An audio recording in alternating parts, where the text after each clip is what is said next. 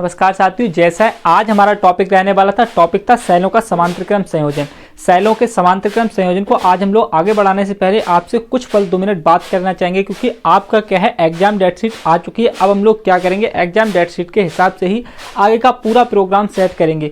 हमें आपका कोर्स भी कंप्लीट कराना है। कोर्स कंप्लीट कराने के लिए अब हमारे लिए पूरे संपूर्ण चैप्टर एक ही वीडियो में समाप्त कराना पड़ेंगे, ठीक है। तो ये तो वीडियो आपके लिए मात्र एक टॉपिक की ही मिल रही, लेकिन अगली वीडियो जो भी आएंगी उनमें सभी टॉपिक इंक्लूड कर दिए जाएंगे और आपके लिए बिल्कुल अच्छे तरीके से सभी टॉपिक करा दिए जाएंगे, ठीक है। तो हम लोग क्या करते हैं, इस टॉपिक के लिए देखते हैं। सबसे पहले हमारा टॉपिक क्या है, टॉपिक है हमारा समांतर क्रम संयोजन। सर हमने क्या किया था, आपके लिए श्रेणी क्रम संयोजन समझा दिया था और आज हम लोग समांतर क्रम संयोजन समझेंगे, ठीक है।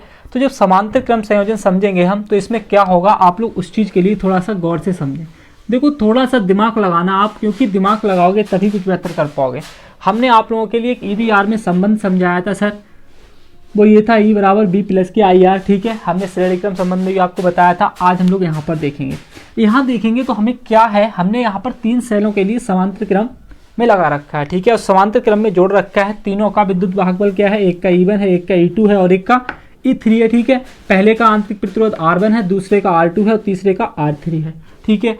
इसमें धारा I1 प्रवाहित हो रही है, इसमें I2, इसमें I3। आप कहोगे सर इसमें I1 I2 ये क्या संबंध है। हमने आपको क्या बताया था, हमने आपको बताया था रास्ते बदलने पर धारा बदलती है। सभी के रास्ते बदल रहे हैं। देखो ये अलग अपना एक स्रोत है, ये अलग स्रोत है, ये अलग स्रोत है ना, तीनों सेल अलग अलग हैं।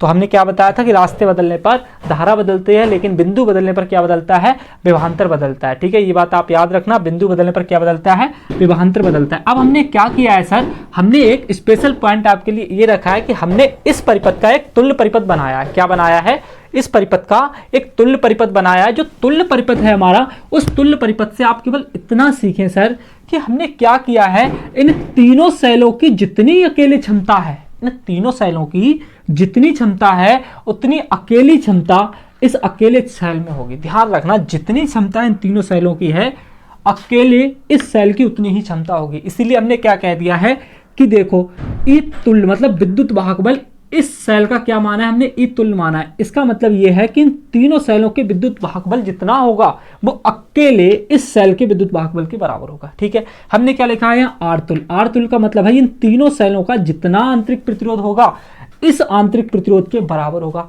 हमने यहाँ पर क्या लिखा है, आई तुल्य। इन तीनों सेलों से जितनी धारा उत्पन्न होगी वो अकेली आई तुल्य धारा की कैसी होगी, बराबर होगी, क्योंकि हमने यहाँ पर क्या लिया है, एक तुल्य परिपथ लिया है। क्या लिया है, एक तुल्य परिपथ लिया है, ठीक है। अब आप देखो, हमने आपको बताया था जो चीज बदलती है या विभवांतर बदलता है तो विभवांतर निकालते हैं और धारा बदलती है तो धारा निकालते हैं। हमारा यहाँ पर क्या बदल रहा है, धारा बदल रही, तो हम यहाँ पर धारा का मान निकालेंगे, ठीक है। तो देखो इस वाले फार्मूले से देखो, हमने आपको बताया था EBR से संबंध, ठीक है। तो यहाँ पर I बराबर क्या आएगा हमारा, देखो B को तो इधर ले आओ, तो E माइनस B बराबर हमारा क्या रह गया, IR। I का मान हमें चाहिए तो R को भेज दो बट्टे में, तो E माइनस B बटे में क्या आ जाएगा, R, और बराबर क्या रह गया, I, ठीक है। इससे हम लोग पूरे कॉन्सेप्ट के लिए हल कर जाएंगे, ठीक है। तो आप लोग अब ध्यान दें, देखो हमारा कॉन्सेप्ट क्या होगा। मैं यहाँ पर चल रहा हूँ प्रथम सेल के लिए। किसके लिए सर, प्रथम सेल के लिए।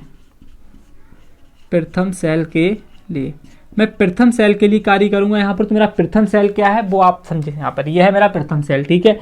मुझे क्या निकालना है, I निकालना है, ठीक है। लेकिन प्रथम सेल में यहाँ पर क्या है, I1 है, तो मैं क्या लूंगा यहाँ पर I1 बराबर, यहाँ पर मेरा क्या है, E है, लेकिन यहाँ क्या है मेरा E1 है। क्या है सर, E1 माइनस यहाँ मेरा क्या है, B है। तो सर अभी मैंने आपको क्या बताया था, B होता है विभवांतर, और बिंदु बदलने पर विभवांतर बदलता है। यहाँ बिंदु नहीं बदलना है, जो भी कार्य हो रहा है केवल और केवल 2 ही बिंदुओं के बीच में हो रहा है, ठीक है। ये ध्यान रखना, तो विभवांतर नहीं बदलेगा, विभवांतर B का B ही रहेगा, ठीक है। आंतरिक प्रतिरोध इसका क्या है, R1 है। क्या है, R1, ठीक है सर, ठीक है। इसे आप कह दो कि समीकरण नंबर 1। इसी प्रकार से हम निकालेंगे द्वितीय सेल के लिए। किसके लिए, द्वितीय सेल के लिए, ठीक है। द्वितीय सेल के लिए सर जब हम द्वितीय सेल के लिए कार्य करेंगे तो I2 बराबर हमें मिलेगा E2 माइनस का B बट्टे R2, इसी प्रकार से मिल जाएगा, और इसे हम कह देंगे समीकरण नंबर 2। इसी प्रकार से हम निकालेंगे सर तृतीय सेल के लिए। किसके लिए, तृतीय सेल के लिए।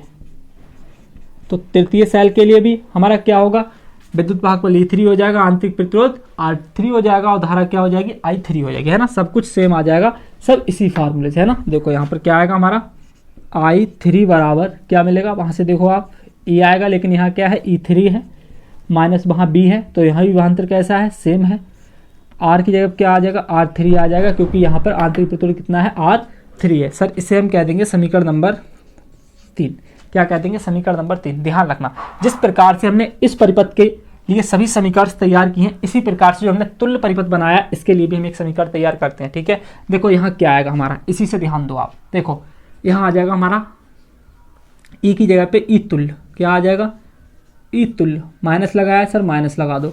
बी की जगह क्या आ जाएगा, बी तो सेम है, इसका भी और इसका भी, विभवांतर हमेशा कैसा रहेगा, सेम रहेगा। ठीक है, बट्टे में क्या आएगा हमारा, आर है, तो यहाँ क्या आ जाएगा, आर तुल्य आ जाएगा, क्या आ जाएगा, आर तुल्य, और बराबर हमारा क्या आ जाएगा, आई है ना, क्या है, आई, तो यहाँ आ जाएगा आई तुल्य। ये बात आप ध्यान रखना, मतलब ये तुलनात्मक चीज़ें हैं, इसे हम समीकरण बोल दो, आप समीकरण मास्टर समीकरण कह दो, इसे समीकरण एम कह दो, इसे मतलब मास्टर समीकरण है। ठीक है, अब देखो आप ध्यान दो, यहाँ पर मैं क्या करने वाला हूँ, यहाँ पर समीकरण 1 2 3 4 को जोड़ने वाला हूँ सभी को। देखो 1 2 3 समीकरण 1 2 व 3 को जोड़ने पर, सर किसको जोड़ रहा हूँ मैं, 1 2 और 3 को जोड़ रहा हूँ। ठीक है, तो ध्यान रखना, मेरा 1 2 3 तीनों को जोड़ दो अलग अलग बहुत अच्छे से। ठीक है, क्या आएगा यहाँ पर, I1 प्लस का I2 प्लस का I3। सर इसे एक बॉक्स में बंद कर लो, इधर देखो यहाँ पर ये चीज़ें हैं तीनों। ठीक है, इनको भी जोड़ लो, तो क्या आएगा मेरा, E1 माइनस V बट्टे R1 plus E2 minus B बट्टे R3 प्लस यहाँ क्या है, E3 माइनस B बटे R3 है ना। इसे हटा दूँ मैं थोड़ा सा, इसे यहाँ लिख दो E3। देखो यहाँ क्या है मेरा, E3 माइनस का B बट्टे R3, और सर यहाँ 2 है, तो यहाँ 2 आएगा, क्या आएगा, 2 आएगा, ये ध्यान रखना आप। ठीक है, अब देखो थोड़ा सा ध्यान दो, कॉन्सेप्चुअल चीज़ों को समझो आप। यहाँ क्या आएगा मेरा, I1 प्लस का I2 प्लस का I3 बराबर, यहाँ सर मैं क्या कर रहा हूँ, इस R1 के लिए इसके बटे में अलग कर रहा हूँ, इसके बटे में अलग कर रहा हूँ, ये बात ध्यान रखना आप। ठीक है, तो देखो E1 माइनस, देखो E1 बटे तो R1 हो जाएगा, और माइनस मेरा B बटे R1 अलग हो गया। ठीक है, प्लस यहाँ भी सेम यही काम कर रहा हूँ, E2 बटे तो R2 हो जाएगा, और B बटे R2 हो जाएगा, प्लस यहाँ क्या हो जाएगा मेरा, E3 बटे R3 हो जाएगा, माइनस B बटे R3 हो जाएगा। ठीक है सर, ठीक है, अब हम क्या करते हैं, देखो आप लोग बहुत अच्छे से सीखो।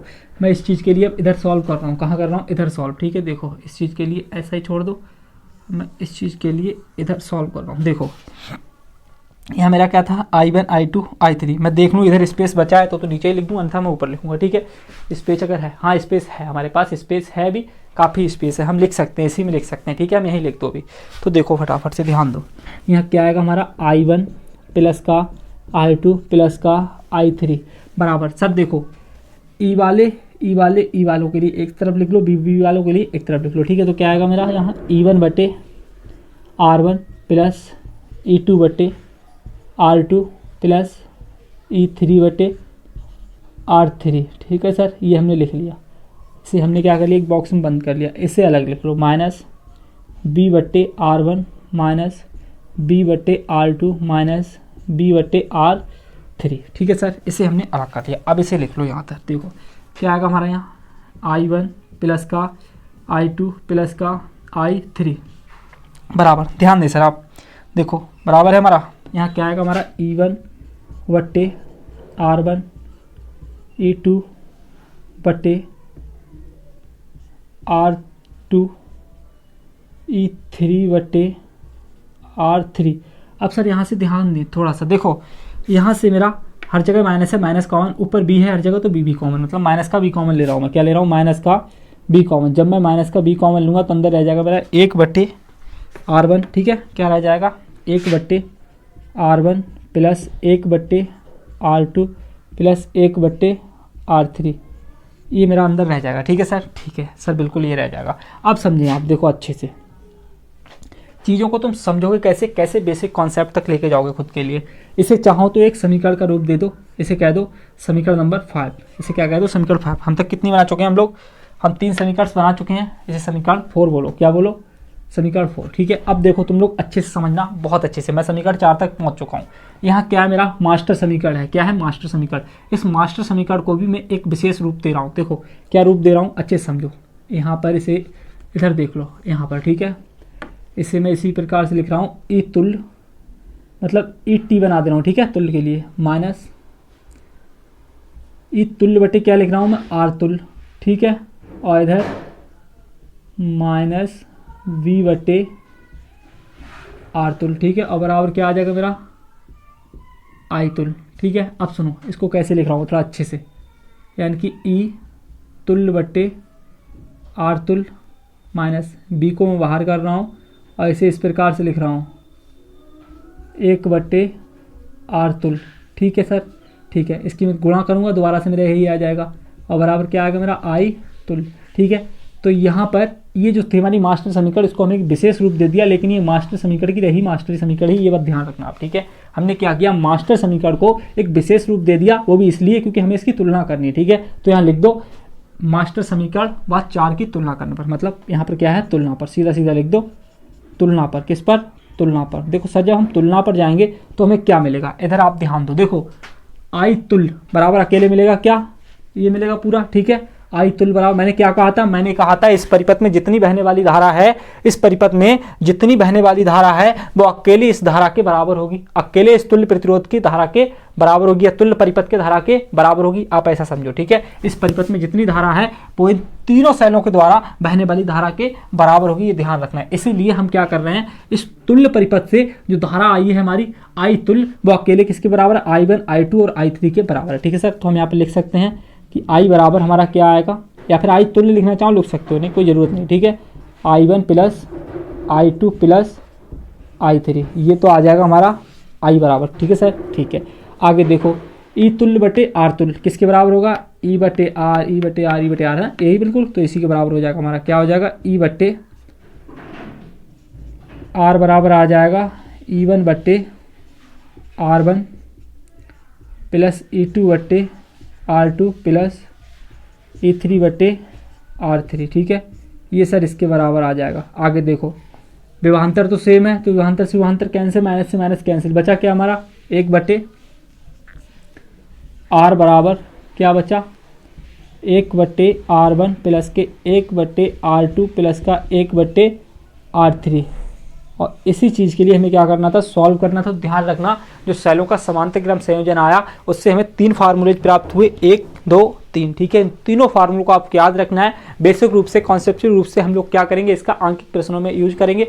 अब हम लोग क्या करने वाले हैं, आपके लिए एक बहुत बेहतरीन तरीके से एक सीरीज में रखेंगे, जिससे आपको क्या होगा, एक अच्छे तरीके से चीज़ों को बहुत आगे तक लेकर जाएंगे, और प्रत्येक कॉन्सेप्ट के लिए, प्रत्येक चैप्टर के लिए एक वीडियो में हम समाप्त करेंगे, ठीक है। वीडियो देखने के लिए धन्यवाद। जय हिंद।